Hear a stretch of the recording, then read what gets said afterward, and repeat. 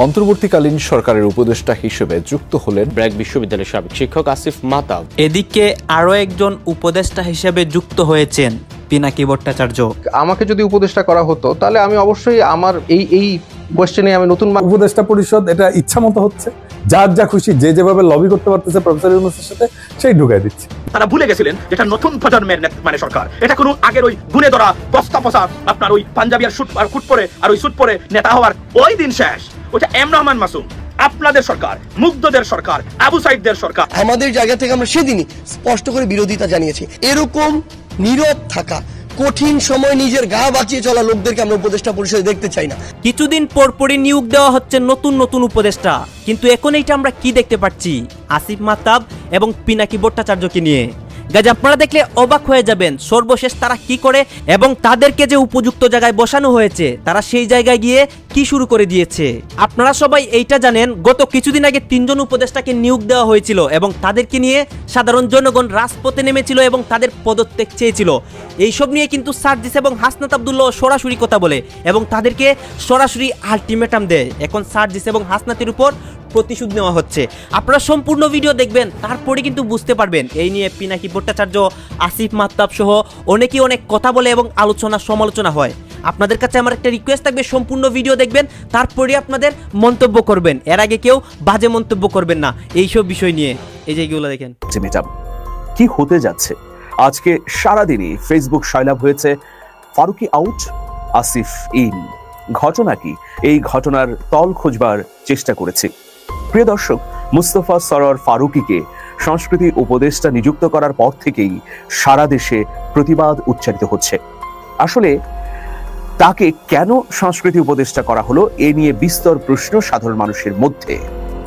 অন্যদিকে আজকে যে গুঞ্জন ছড়িয়েছে যে ব্র্যাক ইউনিভার্সিটির সাবেক শিক্ষক আসিফ মাহতাবকে সংস্কৃতি উপদেষ্টা হিসেবে ফারুকির জায়গায় নিয়োগ দেওয়া হচ্ছে। আসিফ মাহতাব উৎস, যিনি ট্রান্সজেন্ডারের মুখোশে তরুণ প্রজন্মকে বিপথগামী করার অপপ্রয়াসের বিরুদ্ধে সোচ্চার হয়েছিলেন। ইঞ্জিনিয়ার্স ইনস্টিটিউশনে একটা সেমিনার ছিল, সেই সেমিনারে 7ম শ্রেণীর পাঠ্যপুস্তকে শরীফ থেকে শরীফার গল্পের যে অংশটুকু ছিল সেটি প্রকাশ্যেই আসিফ মাহতাব ছিঁড়ে ফেলেন। এর মধ্য দিয়ে তিনি বিপুল আলোচিত হন। তিনি ব্র্যাক ইউনিভার্সিটি থেকেও অব্যাহতি পান। এই কারণে এটা নিয়ে তুমুল ঝড় উঠে কেন তাকে সরিয়ে দেওয়া হলো। তিনি ট্রান্সজেন্ডারের নামে তরুণ প্রজন্মকে বিপদগামী করবার যে প্রচেষ্টা চালানো হচ্ছে তার বিরুদ্ধে মুখ খুলেছেন বলেই কি ব্র্যাক ইউনিভার্সিটি তাকে সরিয়ে দিল? তার পক্ষে নেটিজেনদের একটা বড় অংশ অবস্থানও গ্রহণ করেছিল। সর্বশেষ যখন বৈষম্য বিরোধী আন্দোলন চলছিল তখন গ্রেফতার হন আসিফ মাহতাব উৎস। সে কারণেই সম্ভবত নেটিজেনদের অনেকে বলছেন যে ফারুকিকে সরিয়ে আসিফ মাহতাবকে উপদেষ্টা হিসেবে নিয়োগ দেওয়া হোক। এখন একটা বিষয় অবশ্যই অনেকের মনের মধ্যে প্রশ্নের উদ্রেক করেছে যে কোন দৃষ্টিভঙ্গির কারণে আসলে এই বিপ্লবোত্তর অন্তর্বর্তী দীর্ঘমেয়াদে বাংলাদেশে বড় ধরনের সংকট তৈরি করবে। আমাদের হইতে হবে সৃজনশীল এই সমস্যা মোকাবেলার জন্য। আমি এটা নিয়ে স্বরাষ্ট্র উপদেষ্টার সাথে সরাসরি কথা কইতে চাইছিলাম, তো উনাদের তো মেলা কাম আর কি চাও, উনারা মেসেজ পাঠাইছিলাম, তো স্বরাষ্ট্র উপদেষ্টা আমার ফোন দেওয়ার টাইম হয় নাই। আমি একটা জিনিস বুঝি না, ওনারা তো পলিটিশিয়ান না, পাবলিক ফিগার না, যে এলাকায় যাইতে হয়, দলের লোকদের টাইম দিতে হয়, মিটিং করতে হয়, রাজনীতি করতে হয়, তারপরেও ওনারা টাইম পান না। আমি নিজে থেকে কতজনের সাথে কথা বলি, দেখেন শহীদ পরিবারের সাথে কথা বলি, আপনারা তো জানেন। এমনকি আমি একদম মাঠের কর্মীদের সাথে কথা বলি, আন্দোলনে মাঠের ছাত্রদের অনেকের সাথে কথা বলি। আমি টাইম পাই, ওনারা টাইম পান না। তবে একটা পলিসি হিসাবে আমি নিজে থেকে উপদেষ্টাদের ফোন টোন দিই না, ওনারা দেন। ওনারা যদি ফোন দেন তাইলে টাইম দিই। দায়টা ওনাদের, আমার না। ওনারা দায় বোধ করলেই আমি ওনাদের সাহায্য করব। এমনকি আমি প্রফেসর ইউনূসেরও বলছি যে স্যার আপনার প্রয়োজন হইলে আমরা কল দিয়েন বা মেসেজ পাঠাইন, যদি কখনো মনে করেন, যদি মনে করেন আমার সাথে আলাপ করার দরকার আছে কল দিয়েন, আমি আসি। তবে উনি জানাইছেন আমার এই যে ওনার সরকার নিয়ে আমার এই ক্রিটিসিজম গুলো জরুরি আর দরকারি মনে করেন। উনি বলছেন আমি যেন এই কাজটা চালায় যাই। তো যাই হোক, প্রফেসর ইউনূসকে ধন্যবাদ। আপনাদেরও জানা থাকলো যে ওনার সাথে আমার যোগাযোগটা আছে আর কি। যাই হোক, এখন আমার ক্ষুদ্র ভ্রাতার ভগিনীরা কইতে পারে যে দাদা আপনি উপরে উপরে সমালোচনা করেন, এত বাম্বু দেন আর তলে তলে টেম্পু চালান, যাই হোক, প্রসঙ্গে আসি, কেমনে পুলিশের মরাল বাড়ানো সম্ভব আর জনগণের সাথে দূরত্ব কমানো সম্ভব? স্বরাষ্ট্র মন্ত্রণালয়ের যারা আছেন তারা একটু দেখেন, অল্প একটু সময় না নিচ্ছে, ধরেন নষ্টই হইল আর কি, তাহলে দেখেন না কি কই। আপনারা জানেন যে ইউটিউবে পরিচালিত জরিপ কখনো বিকৃত করা যায় না, কারণ এই জরিপগুলোতে দর্শকের যে ভোটের ব্যবস্থা এটা একেবারেই অকাট্য, এটা পরিবর্তন করার কোনো উপায় নেই। আমি ফারুকীকে নিয়ে দুটো জরিপের ফলাফল আপনাদের সামনে উপস্থাপন করছি। এই জরিপ চেঞ্জ টিভির কমিউনিটিতে গেলে দেখতে পাবেন। সংস্কৃতি উপদেষ্টা ফারুকীর কি পদত্যাগ করা উচিত? 1,09,000 মানুষ ভোট দিয়েছেন। এক্ষুনি যদি বিশ্বাস না করেন, চেঞ্জ টিভির কমিউনিটি ট্যাবে গিয়ে দেখুন এই জরিপের ফলাফল। 1,09,000 মানুষ ভোট দিয়েছেন, এটা ম্যাসিভ ভোট বলা যায়। সংস্কৃতি উপদেষ্টা ফারুকীর কি পদত্যাগ করা উচিত? হ্যাঁ হ্যাঁ লিখেছেন, হ্যাঁ পক্ষে ভোট দিয়েছেন 89% এবং না এর পক্ষে ভোট দিয়েছেন 11%।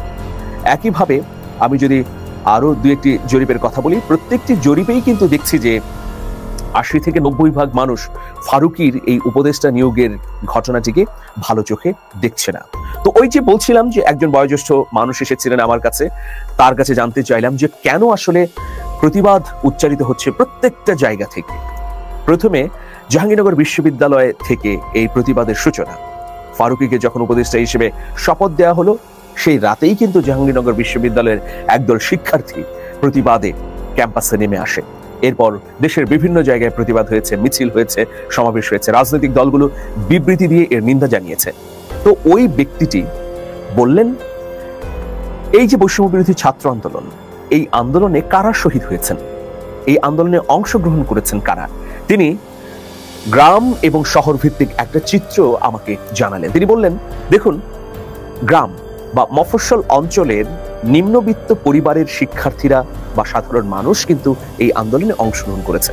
অন্যদিকে শহর অঞ্চলের কথা যদি আমরা বলি, তাহলে দেখব যে নিম্ন মধ্যবিত্ত শ্রেণীর মানুষের সন্তানরাই, শিক্ষার্থীরাই এই আন্দোলনে প্রতিনিধিত্ব করেছে। এখন শহরের নিম্ন মধ্যবিত্ত এবং গ্রামের নিম্নবিত্ত যারা অংশগ্রহণ করেছে এই আন্দোলনে, ছাত্র জনতা নির্বিশেষে সাধারণ মানুষ, তারা 4টি বিষয়কে বুকের গহীন থেকে চেতনার মধ্যে উপলব্ধি করেন। প্রথমত, তারা প্রত্যেকেই ফ্যাসিবাদ বিরোধী। দ্বিতীয়ত, তারা ভারত বিরোধী। তৃতীয়ত, তারা ধর্মপ্রাণ। চতুর্থত, তারা অন্তর্ভুক্তিমূলক সমাজ চায়।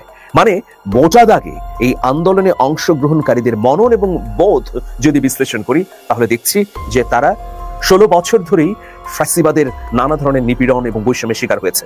শুধুমাত্র মৌসুমী এই জুলাই আগস্টে তারা আন্দোলন করেনি, তারা নিপীড়নের শিকার হয়েছে বলেই তারা এই জুলাই আগস্টে বুক পেতে দিয়েছিল মৃত্যুকে সাদরে গ্রহণ করবার জন্য। তাহলে আমরা দেখছি যে তারা ফ্যাসিবাদ বিরোধী। দ্বিতীয়ত হচ্ছে তারা ভারতের আগ্রাসনের বিরুদ্ধে। ভারতের ওর উপদেশটাকে হান্দাই দিব আমরা। দুনিয়ার পচা ডিম, পচা টমেটো পলিটিশিয়ানদের মারা যায়, কোনো অপরাধ নাই।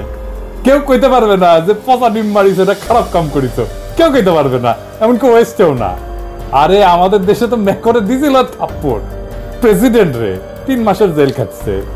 পলিটিশিয়ানদের পচা ডিম, পচা টমেটো মারা যায়, মারবেন। প্রফেসর ইউনূস, আপনারে বলি, আপনি যে ভালসিন গুলোরে নিতেছেন, তাদের একটা কাজ দেখায়, এটা কেমন কেমন সেটা দেখে। কার রিকমেন্ডেশনে নিচ্ছেন এই সমস্ত আমি জানি না, কিন্তু এগুলো ক্যাঙ্কা মানুষ, ক্যাঙ্কা ভালসুন, এটা দেখেন। এই যে দেখেন 2024-2025 আয়কর নির্দেশিকা, মানে সবাই যে ইনকাম ট্যাক্স দিবি সেটার একটা আইন। এর মুখবন্ধে লিখিছে আভ্যন্তরীণ সম্পদ বিভাগের সচিব FCMA। যেগুলো ডিগ্রি লাগায় না সেগুলো হয় অথবা হীনমন্যতায় ভুগে, সেজন্য ডিগ্রি লাগায়। কখনো ডিগ্রি লাগাবেন না, নামের সাথে ডিগ্রি থাকে না মানুষের, এটা অন্য জিনিস। ওই মেলা কিছু লিখিছে, বৈষম্য, ন্যায় বিচার, কয়বার বৈষম্য মুক্ত লিখিছে দেখান এডিটর সাহেব, দেখেন কয়বার লিখিছে, কয় তারিখ লিখিচ্ছে দেখেন তো, 22 আগস্ট 2024 সালে। সেই কলে করছে প্রত্যেক বছর প্রয়োজনীয় সংশোধন করে থাকে, এটা সে ওই জায়গাটা দেখেন তো। তার মানে এবারও সংশোধন করেছে, তাই না? হ্যাঁ, খুব ভালো কথা। আসেন 58 পৃষ্ঠায় দেখি, মানে কাদের কাদের ট্যাক্স রেয়াত দেওয়া যাবে, মানে কাদের ট্যাক্স কম দিলেও চলবে, কিছু কাজ করলে সরকার কিছু যদি ভালো কাজ করে না ওরা বলে দেয় এই কাজ করলে আপনার কাছ থেকে ট্যাক্স করলে কম নিব, যেমন ধরেন মুখের কথা তো ট্যাক্সও লাগে না, তাই না, অঙ্কে আর কি, কোথাও যদি দেয় একটা অনুদান দেয় তাহলে ট্যাক্স কম নেয়। তো এখানে অনেক কিছু আছে, কোথায় কোথায় টাকা দিলে সে দান করলে সে ট্যাক্স নিবে না, কম নিবে। মুক্তিযুদ্ধ জাদুঘরে দেখেছেন, মুক্তিযুদ্ধের স্মৃতি রক্ষার্থে নিয়োজিত প্রতিষ্ঠানে দান, আর কি আর কি আর কি জাতির পিতার স্মৃতি রক্ষার্থে জাতীয় পর্যায়ের প্রতিষ্ঠানে দান। তার মানে 32 নম্বর জাদুঘর অনুদান পাবে। 32 নম্বর জাদুঘরে যদি কেউ এখন অনুদান দেয় সে ট্যাক্স রেয়াত পাবে। প্রফেসর ইউনূসের সরকারে, বিপ্লবের পরবর্তী সরকারে মুক্তিযুদ্ধ জাদুঘর কিভাবে দাঁড়াইছে আর কিভাবে আবার দাঁড়াবে বুঝছেন তো। কেন মোস্তফা সরোয়ার ফারুকী 32 নাম্বার এইটারে আবার সংস্কার করার আওয়াজ দেয়, কেন দেয় বুঝবার পারিছেন তো। এই যে দেখান তো এডিটর সাহেব ওই স্ট্যাটাসটা, এবার বুঝিছেন তো কোনটি কোনটি থেকে কিভাবে কিভাবে কোন দিক দিয়ে মেটিকুলাস ডিজাইন হয়েছে, বুঝিছেন। তার মানে আওয়ামী লীগের সফট পাওয়ার গুলা এই আইনের বলে টাকা পাবে, যে টাকা দিবে সে আয়কর রিবেট পাবে, সে উৎসাহিত হবে। বিপ্লবের পরে এই যে মুখবন্ধ লিখিছে ও ভিতরে পড়ে নাই, যদি পড়া থাকে তাহলে কেন সংশোধন করলো না, আর যদি না পড়ে তাহলে ওইটাই সাইন করলো কেন, কোথাও কেউ কিছু দেখে না। দেখেন আসিফ নজরুলের মন্ত্রণালয়ের ওয়েবসাইট দেখেন, নিচে যান না এডিটর সাহেব, আরে নিচে যান, আরে না দেখান, দেখেছেন মাননীয় প্রধানমন্ত্রীর কার্যালয়, ওটা যে এখন আর প্রধানমন্ত্রীর কার্যালয় বলে বাংলাদেশে কিছু এক্সিস্ট করে না, এটা এখন প্রধান উপদেষ্টা কার্যালয় হবে, নিজের মন্ত্রণালয়ের ওয়েবসাইট। একবারও দেখেন ওটা সংশোধনই করেন, দেখেছেন 3 মাস পার হয়ে গেছে, এভাবেই চলিচ্ছে প্রফেসর ইউনূসের প্রশাসন। সব কয়টা অপদার্থ।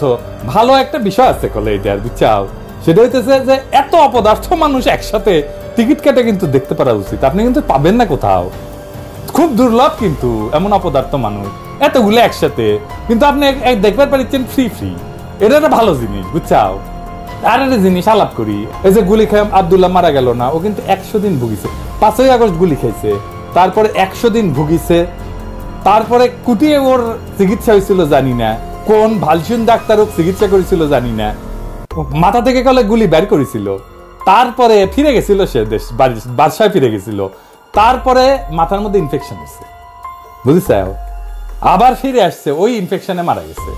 কোন উপদেষ্টা গেছিল জানা যায় না, তার মরদেহের খাটিয়া তো 4 জন উপদেষ্টার বহন করা উচিত ছিল, ঠিক কিনা, যাবি কেনকে করিয়া, 75 ক্ষমতার চেয়ার আটকে গেছে। এই উপদেষ্টাগুলা হাসিনার চাইতে তালেবান হয়েছে।